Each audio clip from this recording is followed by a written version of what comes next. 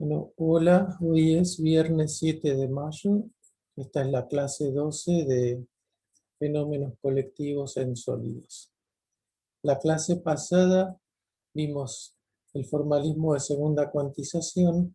En particular hablamos de operadores de dos partículas y nos referimos a interacciones con invariancia translacional, como es el caso de la interacción coulombiana en un gas de electrones.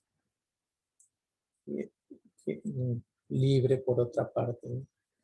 En esta clase, un poco que continuamos ese tema y vamos a definir el Gilliam Model y vamos a tratar de llegar a la forma final del Hamiltoniano para el gas de electrones, ya en segunda cuantización, y para eso vemos la cancelación de los términos de Q de momento igual a cero, que son los términos de largo alcance, y vemos la comparación de energía cinética y potencial en ese hamiltoniano. Bueno, un breve repaso. Vimos operadores de dos partículas en segunda cuantización. O sea, un operador B, típicamente de interacción entre partículas. En primera cuantización es así, la suma de los términos de la interacción de a pares dividido por 2 para evitar repeticiones. Y en segunda cuantización lo escribimos así, con una cuádruple suma sobre orbitales de una partícula con elementos de matriz de la interacción. Como es una interacción entre dos partículas, hay que ensangucharla en kets de dos partículas, KL y IJ, o sea, una partícula en K, otra en L, y así. Y después acá el principio activo del operador es este conjunto de 4 operadores. Primero, 2 de creación, porque destruyo dos partículas que entran a la interacción, y 2 de creación que me dan los estados finales de esas dos partículas. Así que cada término de acá conserva el número de partículas. Destruye 2 y crea 2. Bueno, entonces después nos concentramos en el análisis del elemento de matriz, IJBKL. Lo escribimos como una integral, ¿no? Dejamos el lenguaje de Ketz y pasamos al de spin de spin orbitales, con suma sobre spin e integral sobre el espacio. Pero todavía nos faltaba elegir quiénes son estos orbitales. Entonces ahí nos especializamos en los orbitales que son las ondas planas, los autoestados del momento P. Entonces I, J, K, L pasan a ser estos números cuánticos, estas etiquetas, y ahí empezamos a trabajar el elemento de matriz ya en esta base. Entonces, bueno, trabajamos la parte de spin que nos da unas deltas, y después en la parte espacial pusimos que el potencial de interacción solo depende de la distancia entre las dos partículas y no de las dos posiciones por separado, y eso nos permite ahorrarnos unas cosas, unas integrales. Bueno, y entonces acá nos quedan dos exponenciales complejas con R y R'.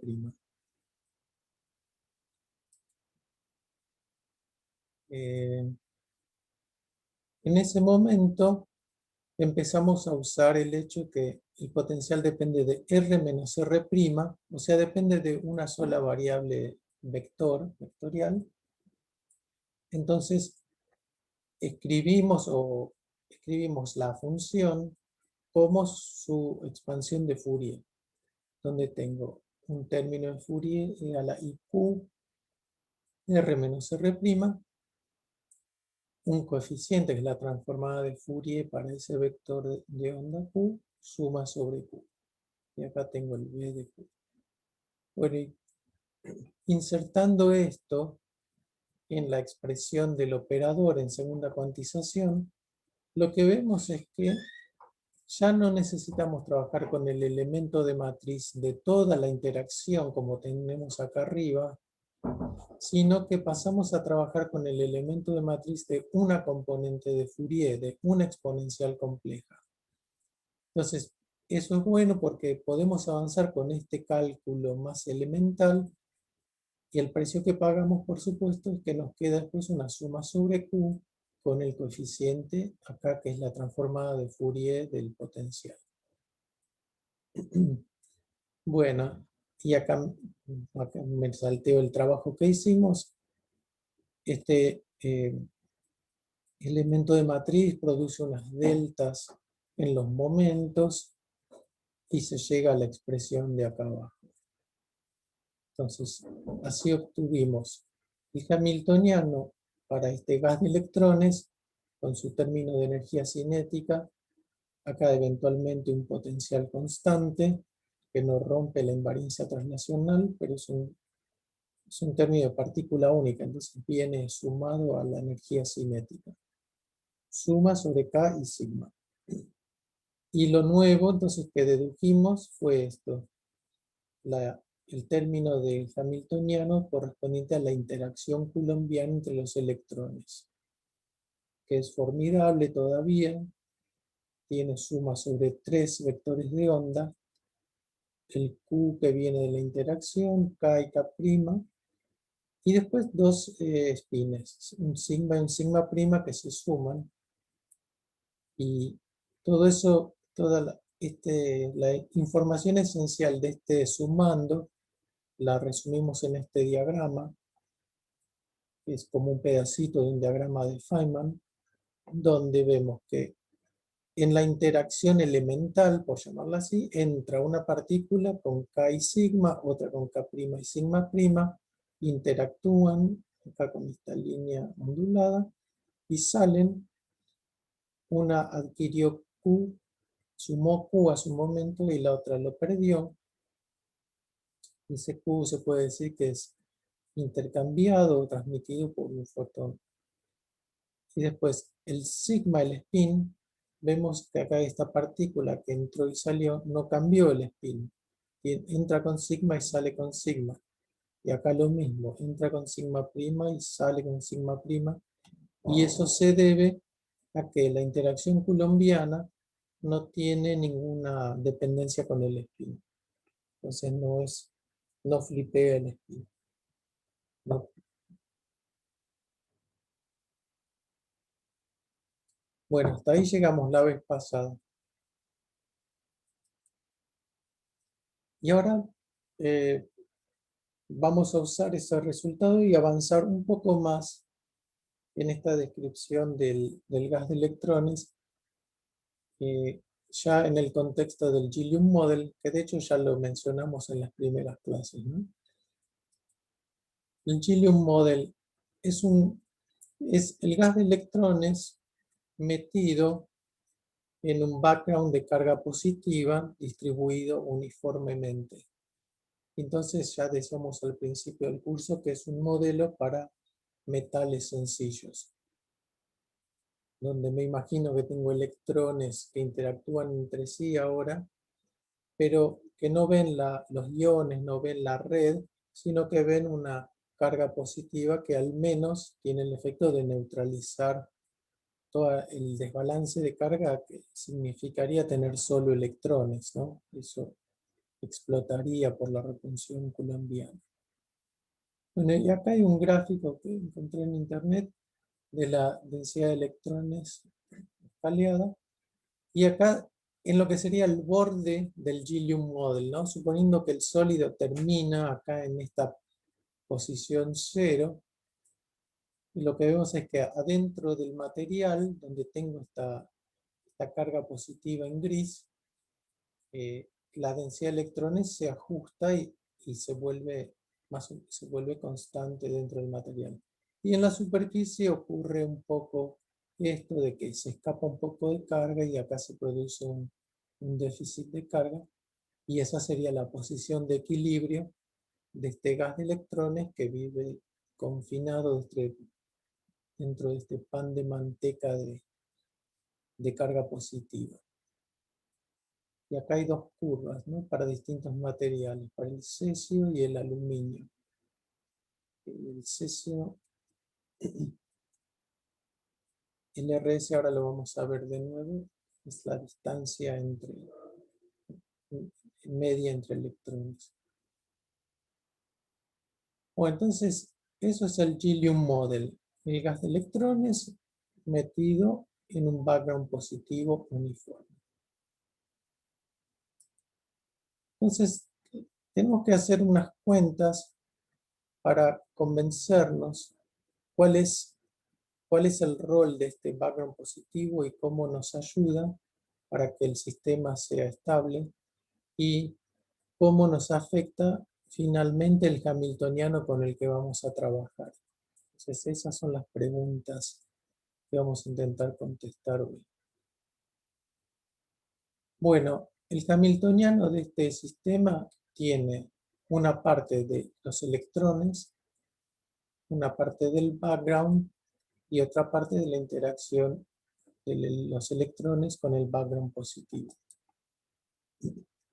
La parte de los electrones, en primera cuantización todavía la puedo escribir así, ¿no? Energía cinética, suma sobre las partículas, y acá la interacción, suma sobre I y J distintos hasta N, con el 1 medio, el 1 sobre la distancia que separa las dos partículas, la carga al cuadrado, y le agregamos el factor de Yukawa que estuvimos viendo y lo pensamos en los ejercicios. La idea no es que esto sea algo real, sino que es un artificio matemático que voy a usar en los cálculos para que no haya divergencias inmanejables, y después cuando llegue a un resultado final tomaré el límite de mu tendiendo a 0. Bueno, el HB, H del background, lo que tiene es carga positiva que interactúa, ¿no? Acá no hay energía cinética, es solo esta carga clásica con densidades n en x y n en x', también le pongo el factor de Yukawa. Y finalmente, el término de la interacción electrones con el background. Acá tenía integrales en todo el espacio para la carga porque la supongo distribuida en forma continua a esa carga positiva. Entonces, acá en electron background tengo suma de I1 hasta n para los electrones, que son n electrones discretos. Y después para la carga del background pongo de nuevo la integral en todo el espacio y la carga del background n de x. Y ahora en lo que sigue vamos a analizar estas dos expresiones.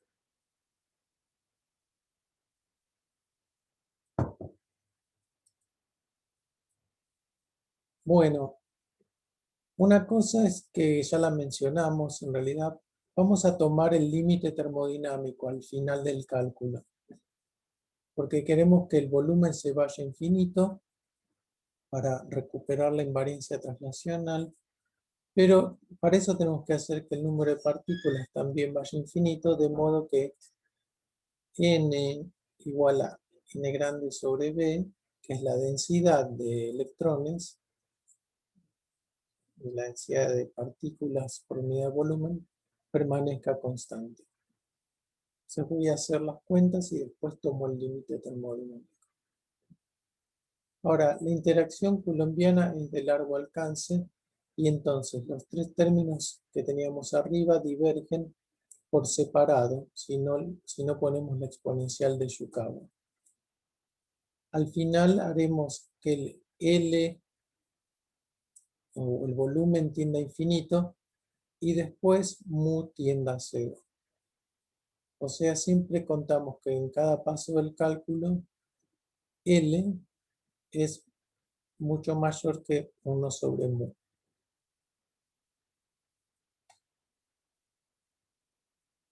¿Está bien?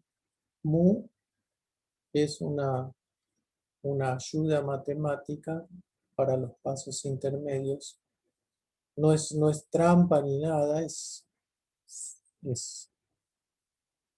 uno hace el cálculo rigurosamente con el mu ahí y al final toma el límite, pero en este orden. Primero L tendiendo a infinito, ¿no? Permito que el sistema sea grande y después permito que mu se vaya a cero, o que la interacción coulombiana se extienda.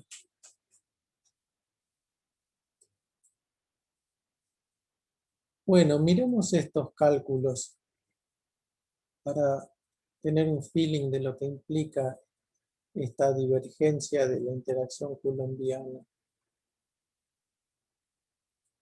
Bueno, la interacción coulombiana del background positivo, vemos primero. Es algo clásico que se puede calcular, ¿no? El término acá del medio. H del background, decíamos, doble integral x, densidad en x, densidad en x'.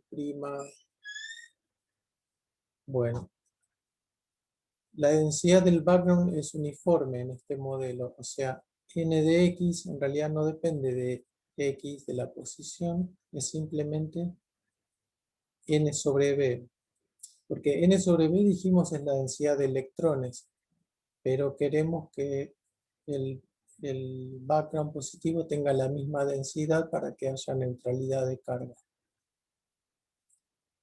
Bueno, entonces voy a reemplazar esta n de x igual a n sobre b, la reemplazo aquí arriba. Venimos acá, medio cuadrado, n sobre b al cuadrado, es la densidad al cuadrado, y me queda la integral de nx y nx' de esta fórmula. Ya tenemos cierta experiencia con este tipo de expresiones por el ejercicio que hicimos de transformada de Fourier de Coulomb. Bueno, acá hacemos un cambio de variable que no lo escribí. Defino z como x menos x', esta z. Y a x la d. Entonces tengo integral sobre z y a la menos mu por z sobre z. Bueno, la integral sobre x, fíjense, lo de acá ya no depende de x, así que la integral sobre x me da un volumen que se cancela con uno de estos volúmenes y me queda entonces 1 sobre b. Y la otra integral se puede hacer y da 4pi sobre mu cuadrado.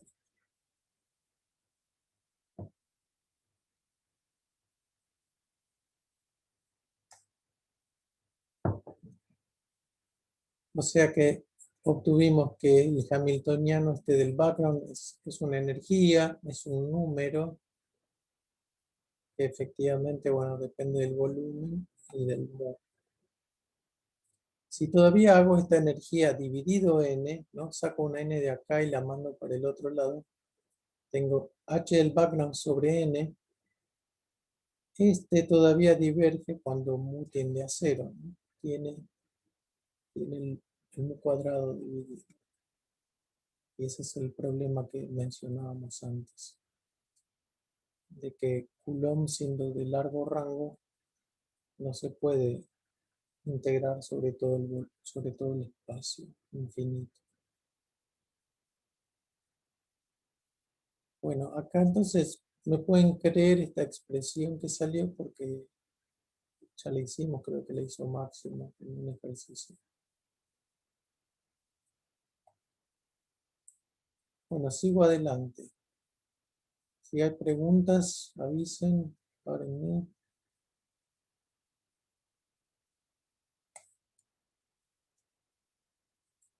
Segundo término, o bueno, último acá, interacción electrón-background. La interacción de los electrones con el background también se puede tratar gracias a la invariancia transnacional del background.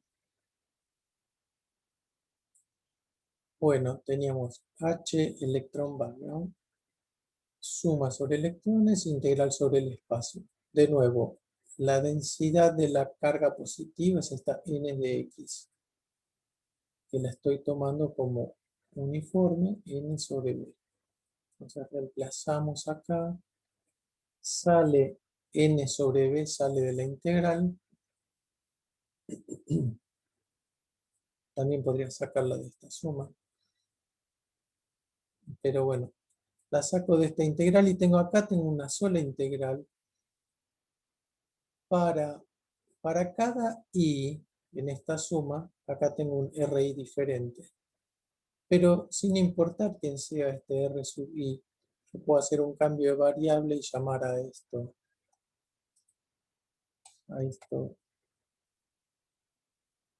lo llamo z, ¿no? Y acá también. Y entonces me vuelve a quedar esta expresión e a la menos mu z sobre z, y obtengo la misma integral que recién. Entonces saco un número acá, y después esta suma también la puedo hacer. Es simplemente n por lo que está acá, que es un número, entonces me queda n cuadrado sobre b.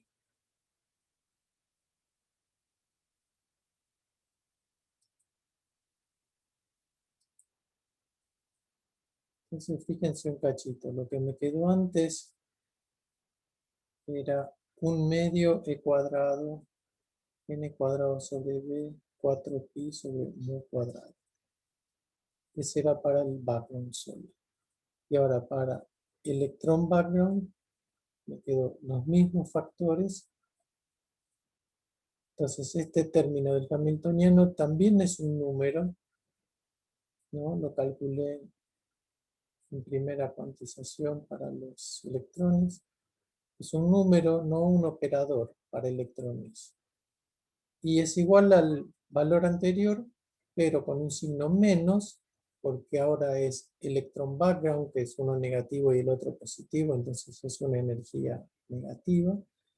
Y sin el factor 1/2, porque el otro tiene un factor 1/2 porque era la interacción del background consigo mismo.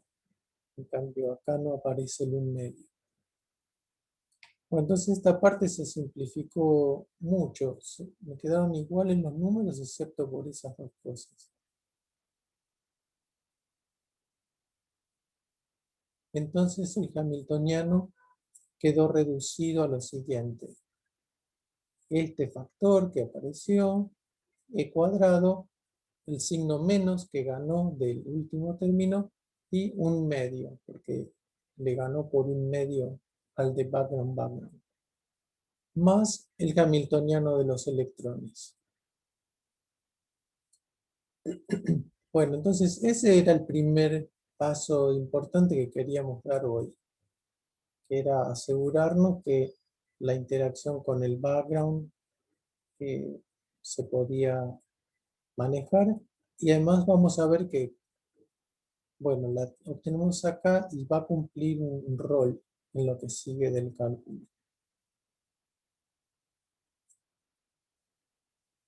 Bueno, y acá me quedó entonces, una constante, un número que depende del mu, del volumen, y el hamiltoniano de los electrones que lo estuvimos trabajando las clases pasadas. Acá lo tengo escrito en primera cuantización. También se reconoce la energía cinética de nuevo, la interacción. Y después de un trabajo, llegamos a su expresión en segunda cuantización con los operadores de creación y destrucción. Esta es la que mencioné hace un ratito. Bueno,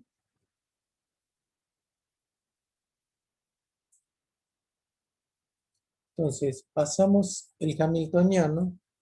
Acá escribí H es la constante más H de electrones.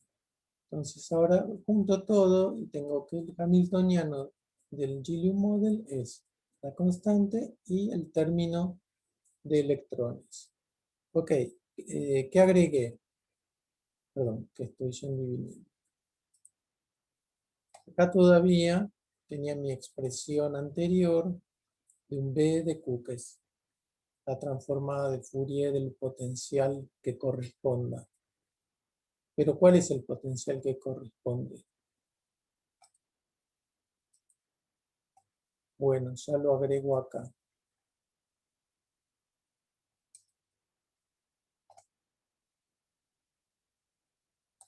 Acá pongo la transformada de Fourier del potencial coulombiano en 3 dimensiones. ¿Sí? De nuevo, si no me equivoco, lo calculo máximo en 3D en un ejercicio.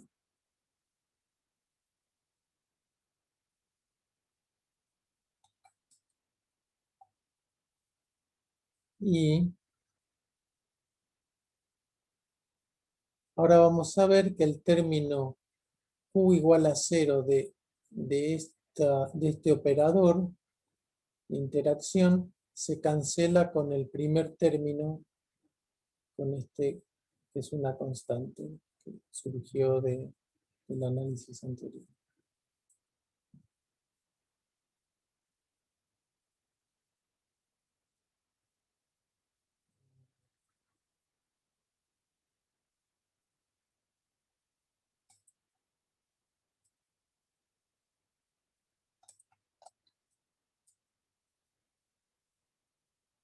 Bueno,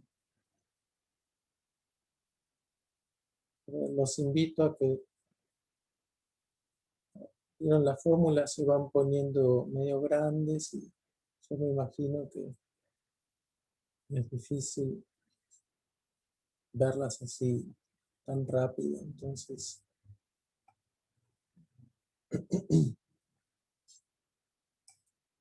tomémoslo con calma.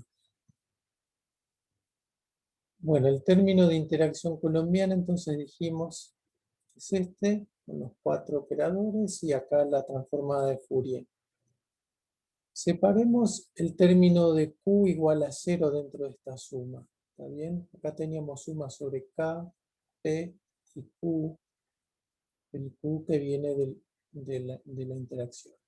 Entonces, el término Q igual a 0, recordemos que Q es igual a 2pi sobre lambda.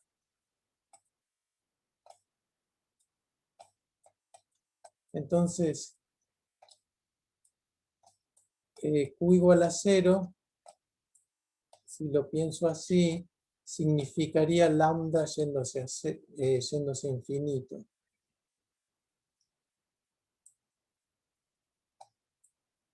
O sea, estamos pensando en la componente de Fourier del potencial que corresponde a longitudes de onda bien largas, o sea, prácticamente constante en el espacio.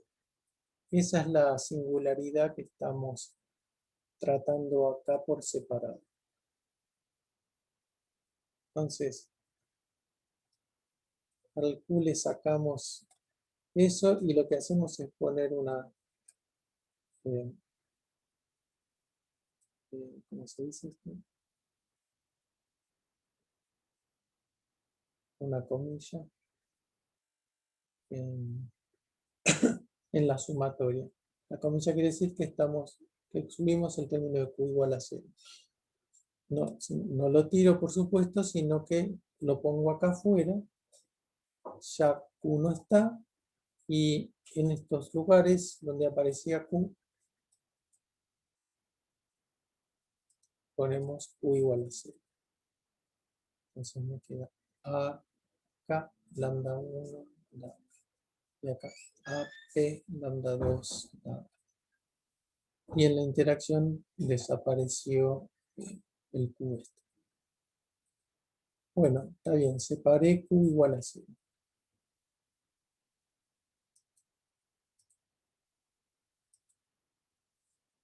Ahora veamos un cachito. Voy a analizar este término. No, perdón, voy a analizar. Sí, es. Tenemos A daga a lambda 1 a daga P lambda 2. P lambda 2 K lambda 1. Me gustaría juntar los que están en la punta, que tienen el mismo índice. Entonces, primero doy vuelta los dos primeros de creación, sale un signo menos por la regla de anticonmutación de operadores fermiónicos. Ahora muevo estos dos.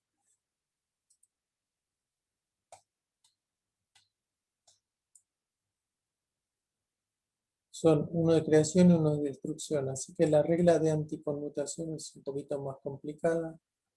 Anticonmutan a la delta, podemos decir. Entonces me quedan acá con signo menos invertidos. Acá lambda 1, AP lambda 2, daga, que es esto. Y después acá una delta. Y acá nada cambia. Bueno, ahora juntamos las cosas. Acá hay un signo menos y otro signo menos, entonces me queda acá lambda 1 daga, acá lambda 1, AP lambda 2 daga, y acá AP lambda 2. Entonces ahí me queda un grupito de 4, pero ya logré lo que quería, de agrupar los dos pares con el mismo índice. Y después queda un término más con signo menos, este signo menos.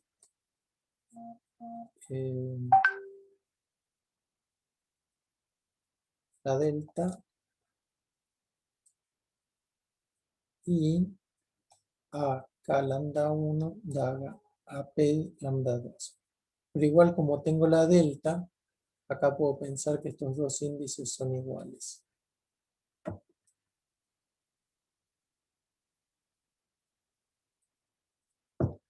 Entonces llego a esto. Número de ocupación K lambda 1, número de ocupación P lambda 2, como en este término. Y acá el número de ocupación K lambda 1 y una delta que me ayudó a cambiar este índice. Bueno, espero que que hayan podido seguir esta transformación.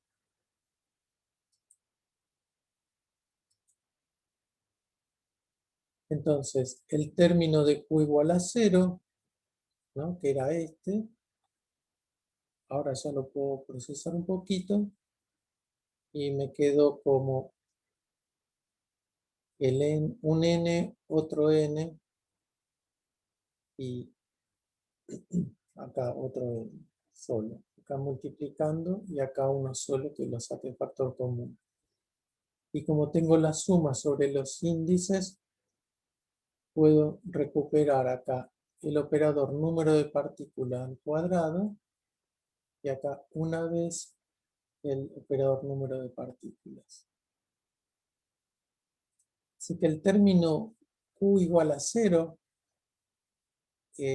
se llevó a esta forma más sencilla que involucra solamente el número de partículas y no involucra operadores prácticamente de creación e instrucción. Bueno, solo en esta forma más sencilla.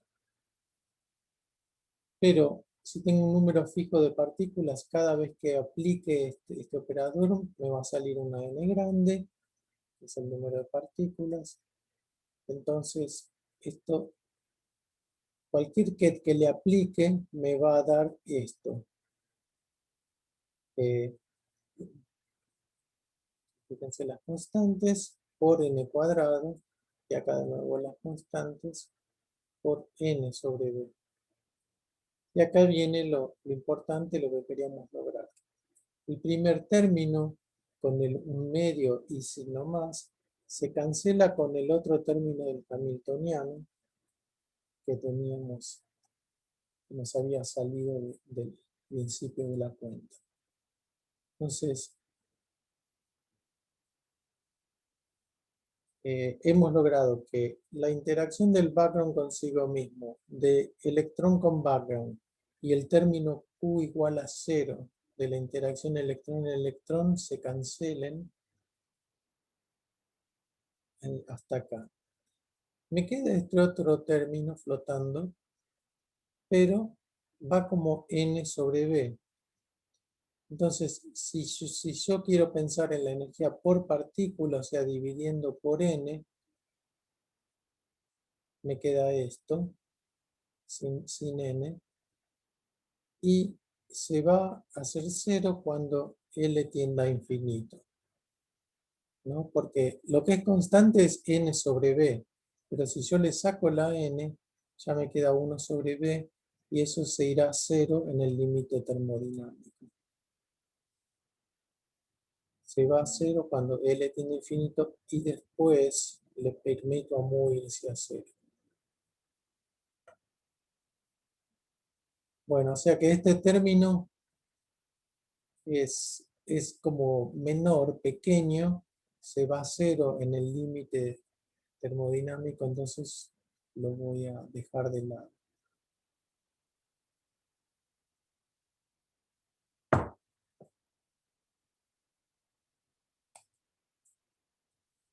Bueno, y así estamos llegando a la forma del hamiltoniano que necesitamos y queríamos para usar en los cálculos. Bueno, obtenemos la energía cinética de nuevo y la interacción con los 4 operadores, el Q,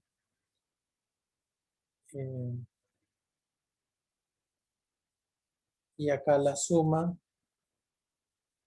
que excluye el término Q igual a 0.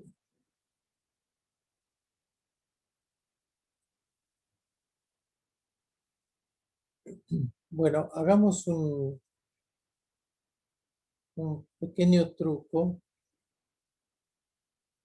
que es adimensionalizar la expresión, ¿no? Acá tengo una energía, acá tengo Q que tiene unidades y acá hay carga y volumen. Entonces, vamos a adimensionalizar para analizar un poquito este hamiltoniano. Introducimos el R0, que es la distancia entre partículas, ¿no? 4/3 de pi por R0 al cubo es el volumen asignado a cada partícula, igual a B sobre N, sobre el número de partículas. Entonces, R0 es una distancia típica entre partículas. El radio de Bohr viene dado por la interacción coulombiana, h barra cuadrado sobre m cuadrado. Y definimos el RS como el R0 adimensionalizado usando el radio de Bohr. Entonces, R0 o RS son nuestras medidas de la densidad inversa. Cuando RS se hace grande es porque los electrones están bien separados y la densidad tiende a ser baja.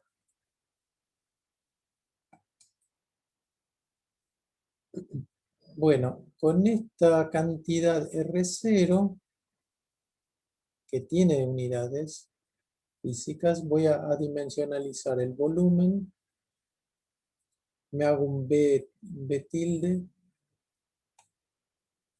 K barra también, multiplicando por R0 el K, el P y el Q. Adimensionalizo todo lo que se ve por ahí.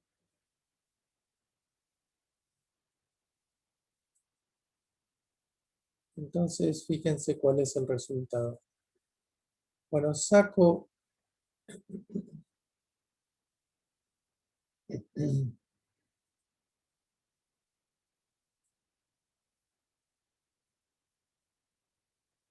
quizás esto haya que pensarlo un poquito para convencerse, pero introduciendo el radio de Bohr, sacamos factor común el E² y nos queda, bueno, acá afuera la dimensión de la cantidad, ¿no? Esto tiene unidades de energía, porque es E cuadrado sobre distancia. RS ya es un número sin dimensiones. Y lo importante es que dentro del paréntesis me queda la energía cinética expresada en función del K barra cuadrado. El K barra es adimensional. Y acá también la interacción como RS adimensional, volumen adimensional y el Q adimensional. Entonces, el paréntesis es totalmente eh, general. eh, como que lo independicé de las cantidades que determinan la interacción coulombiana, ¿no? ¿Y para qué quiero esto? Bueno, acá lo copié de nuevo. Esta expresión, digo acá abajo, muestra un resultado antiintuitivo. A alta densidad, o sea, cuando RS tiende a cero, ¿no? Cuando las partículas están muy pegadas, la energía potencial se vuelve una perturbación de la energía cinética. ¿Por qué digo eso? Bueno, acá las sumas no dependen de RS, de la densidad. RS aparece acá afuera nomás.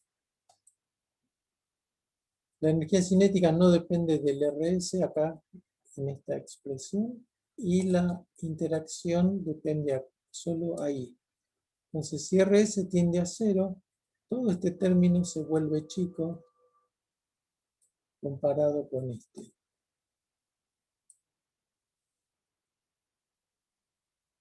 Entonces,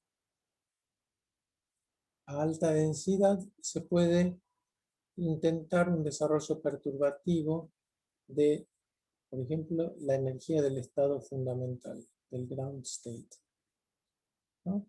Porque estoy diciendo, si el gas de electrones es muy denso, si tengo muchos electrones por unidad de volumen, la interacción paradójicamente se vuelve pequeña comparada con la energía cinética. ¿Está bien? ¿Me creen? Porque este número yo lo hago tender a cero y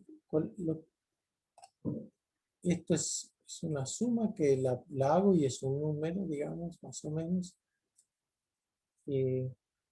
Pero con este lo mato si lo hago tender a cero. Entonces gana la energía cinética. Entonces me puedo plantear, ok, el problema de n electrones es muy difícil con las interacciones y todo, pero si tengo alta densidad, puedo hacer una teoría de perturbaciones donde el orden cero es la energía cinética.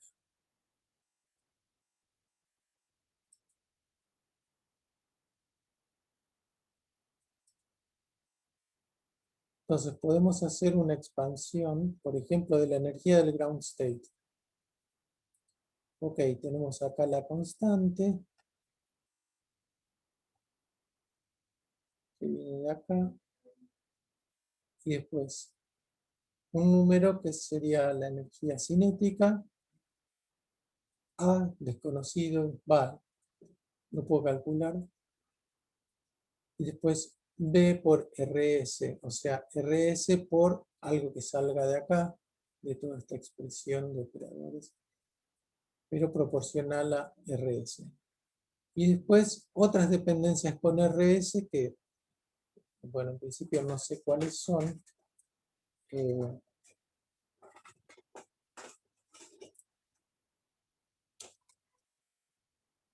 eh, y que ya son difíciles de calcular.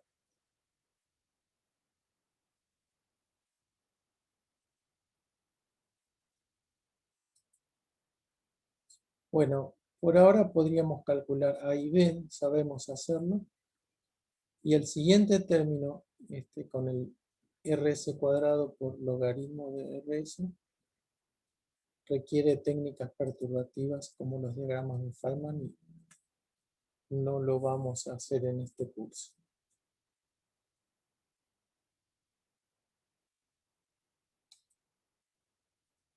Bueno, una última transparencia. Si ahora volvemos al hamiltoniano con unidades físicas, tengo dos términos, el H0 y un H1, ya preparándonos para hacer teoría de perturbaciones. Entonces el H0 es electrones no interactuantes, es solo energía cinética, y se calcula respetando el principio de exclusión de Pauli, y es la esfera de Fermi llena. De hecho ya calculamos esta energía en el curso. Y el H1, la perturbación será esto. Entonces expandimos la energía del ground state, por ejemplo, orden cero no interactuante, energía cinética, con un estado fundamental no interactuante que lo podemos llamar F de Fermi. Y después una corrección a primer orden, que ya es la primera corrección que viene de la interacción electrón-electrón. Bueno, y esto lo vamos a hacer la clase que viene.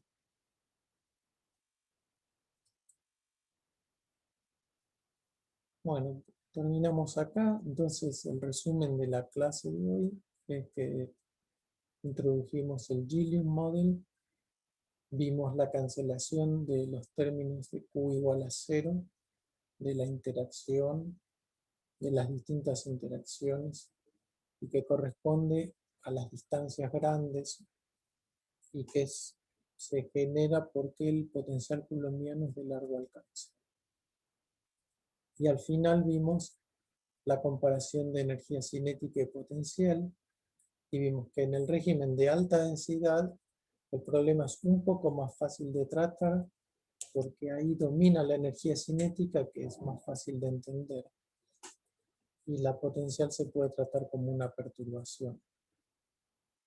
Si por el contrario la densidad es muy baja, pasa lo contrario, empieza a ganar la energía potencial, y ahí el problema se vuelve más complicado y se cae eventualmente en fases cristalinas de los electrones, que es el cristal de Wigner, u otras anomalías que pueden ocurrir, como por ejemplo que se produzca una polarización de spin espontáneo por efecto de las interacciones y cosas raras de ese tipo.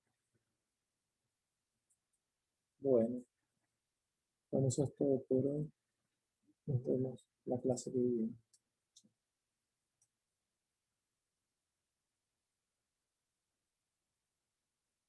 Nos quedamos para la discusión sin la grabación.